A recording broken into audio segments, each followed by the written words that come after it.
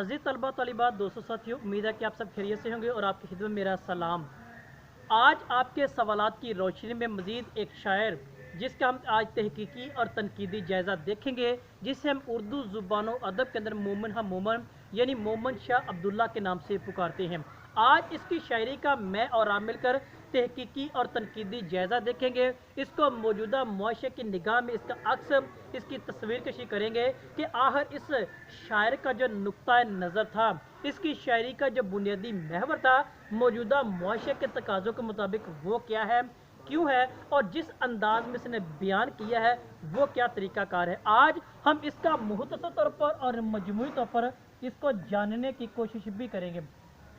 यानी इस बंदे का जो नाम है मोमन हा मोमन का पुकारा जाता है। इसका जो मुकम्मल नाम मोमन शाह अब्दुल्ला है और ये 1800 में इनकी पैदाइश होती है और 1851 में इनकी क्या वफात होती है। यानी सिर्फ 51 साल के इस मुख्तसर दौरानिया के अंदर, इस टाइम ऑफ पीरियड के अंदर इस बंदे ने आला शाहकार उर्दू ज़ुबान अदब के लिए और ख़ासकर मेरे और आपके मुआशरे की हकीकत को बयान करने में वो अपना बुलंद पाए का किरदार वो अदा किया है। यानी अगर इसी बिना पर देखो मिर्ज़ा गालिब जैसे जो बड़े और बुलंद पाया शायर भी इस बंदे के आगे घुटने टेकने पर वो मजबूर हो गए थे और इसी वजह से की जो शायरी है वो बुलंद पाया की अशार के अंदर एक आशिकाना रंग, जिद्दत अदा, नाजुक ख्याली, सच्चाई और जज्बात जैसे अनासर वो अपनी मिसाल हमें नज़र आते हैं। हाँ, अगरचे गालिब एक मुश्किल पसंद शायर है, उर्दू ज़ुबान अदब के अंदर गज़ल के मैदान में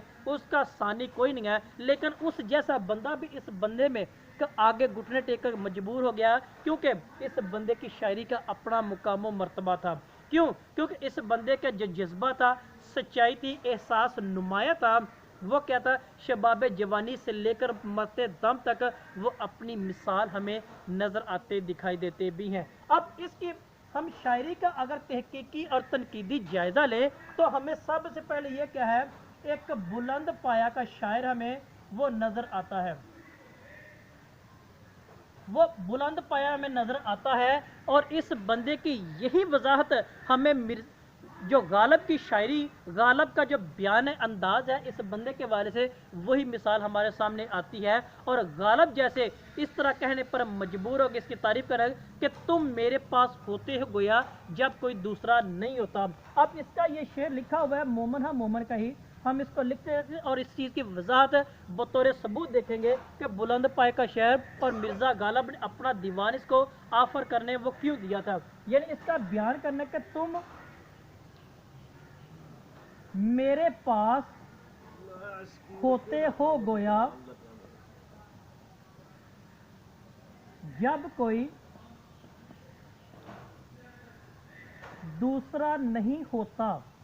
अब ये बिल्कुल सादा लफ्ज़ों के अंदर शेर मोमन हम मोमन का बयान करना है और इस शेर के बिना पर ही इसकी बुलंद पाया नज़र आती है, इसके बुलंद पाया शायर होने का हमें तस्दीक और सबूत मिलता है। और इसी बिना पर देखें तो मिर्ज़ा गालिब ने इसको अपना सारा दीवान देने की ऑफर की थी और कहा था कि ये वाला जो शेर है ये मुझे दे दो, मेरे नाम से मंसूब कर दो। और ये सादा लफ्ज़ों के अंदर एक आला उम्दा और हकीकत पर मबनी बात उसने वो बयान की है कि तुम मेरे पास होते हो गोया जब कोई दूसरा नहीं होता। और इसके देखें तो इसके अशार के अंदर यही आशिकाना जो रंग है ना,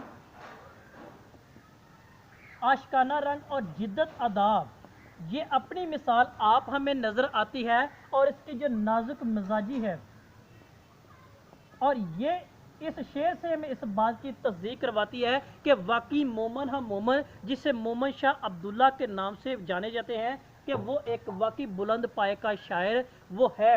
क्योंकि इसका मज़ीद अगर मुताला करें तो इसकी शायरी के अंदर हमें जज्बे का शौक़, हमें सच्चाई वो आला दर्जे की वो मिलती है। और इसका एहसास इस शेर से आपको तस्दीक के तौर पर वो वाज़ह होता है। और ये सबूत ही काफ़ी है कि मोमन हा मोमन की शायरी वो बुलंद पाए की है, और ये बुलंद पाए का शायर हमें नज़र आता दिखाई देता भी है। और इसने क्या किया, सैयद अहमद शहीद के हाथ पर बैत करने के बाद अपनी ये दुनियादारी की जो हवस उसको छोड़ दिया और तकवा अख्तियार किया था। और शबाब जवानी में भी इसने जो बैत करी है, उसके तकवा, उसका जो बड़े परहेजगारी थी, उसका जो कंटेंटमेंट था, टॉलरेंस या ब्रदरहुड था ना, वो अपनी मिसाल हमें नज़र आता है। और गालब जैसे, यानी गालब ने सारा दीवान इसको ऑफर किया था और कहा था ये वाला शेर जो ना, ये मुझे दे दो और मेरी जो सारी शायरी है, मेरा सारा दीवान तुम ले लो। क्योंकि हम इस बात को देखते हैं, अभी पहले 3 पॉइंट्स जो नकात हमने बयान किए हैं, उसके अंदर हम इस बात की तस्दीक हो जाती है। और ये एक शेर ही बतौर सबूत इस बात की वजाहत और बतौर दलील हमारे पास आ जाता है, जो कि गालिब जैसे तारीफ करने पर मजबूर और अपना सारा दीवान देने पर वो आमादा हो जाते, तैयार हो जाए। क्योंकि इसकी शायरी के अंदर हमें एक जो अहम उनसर मिलता है, वो इनकी है मुस्तकिल मजाजी की। मुश्किल मजाज, यानी इनका जो मजाज था, इनका जो रवैया था, इनका जो अंदाज़ बयां था उठने बैठने का, वो अपनी मिसाल आप। और ये क्यों था, क्योंकि उन्होंने क्या किया, तकवा को और परहेजगारी को वो अपनाया था। और यही इनके मुश्किल मजाज होने की वो दलील और सबूत हमारे पास वो फराहम करता है। और ये सारी चीज़ें क्या आती हैं, वो इसकी शायरी का बुनियादी महवर और नज़र आती दिखाई देती भी हैं। अगर इसका एक शेर हमें इसको मुस्तकिल मजाजी के अतबार, तकवा और परहेजगारी के अतबार से देखे, तो ये शेर हमें इस बात की तस्दीक करता है और दिखाता भी है।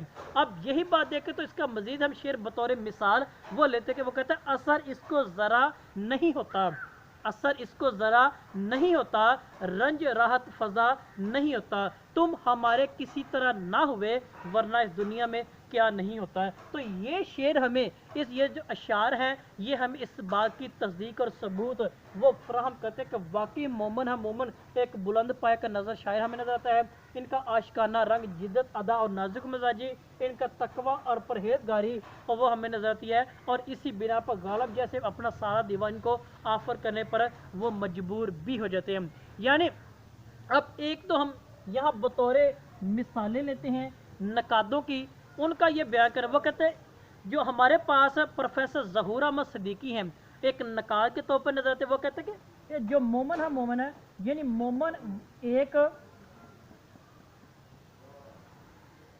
आर्टिस्ट नजर आते हैं। और ये प्रोफेसर ज़हूर का ये बयान करना है। और प्रोफेसर ज़हूर एक बतौर नकाद हमारे सामने आते हैं और वो कहता है मोमन एक आर्टिस्ट के तौर पर, आर्टिस्ट कहता है जो एक तस्वीर बनाने वाला होता है।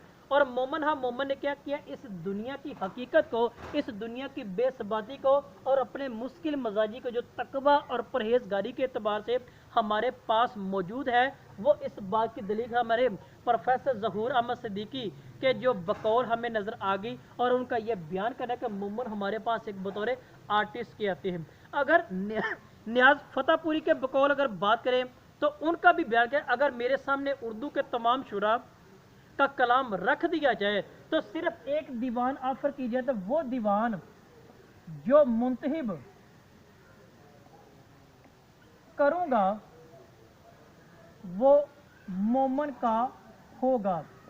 और ये क्या है, ये नियाज फतेहपुरी का बयान है जो हमारे पास एक नकाद के तौर पे हमारे पास नजर आता है। वो कहता है मैं कुल्लियात मोमन का इंतखाब करूंगा। और ये भी इस बात की तस्दीक और सबूत हमारे पास आता है कि वाकई मोमन का जो अंदाज़े बयां है, उनकी शायरी का जो बुनियादी महवर है, वो अपनी मिसाल आप है। और गालिब जैसे इसको अपना पूरा दीवान देने में वो ऑफर करते दिखाई देते हैं। अब इन सारी बातों का जो तज़किरा हमने किया है बतौर सबूत और दलाइल, अब मोमन के चंद अशार हम देखेंगे, हम इनको वाकई सबूत के तौर पर जानेंगे। ये जो अभी हमने बातें की हैं, क्या ये वाकई इसकी शायरी के अंदर मौजूद हैं या नहीं है। मगर उससे कबल इसकी शायरी की खसूसियात पर बात करेंगे, जो इसकी शायरी की खसूसियात हमें वो नज़र आती हैं। तो एक तो हमारे पास पहली इसकी आती है निशातिया रंग आता है।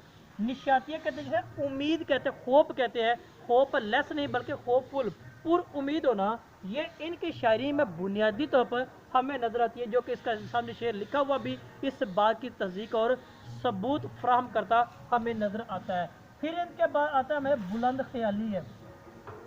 अब बुलंद ख्याली में हमें सारी बातें इस तस्दीक हो जाती है जो अभी हमने बात की है, इसको देखा भी है, और ये सारी चीज़ें बिला तसलसल बगैर किसी रोक टोक के हमें वो सारी नज़र आती हैं, जो कि इनके असलूब बयां की वजाहत भी करती हैं।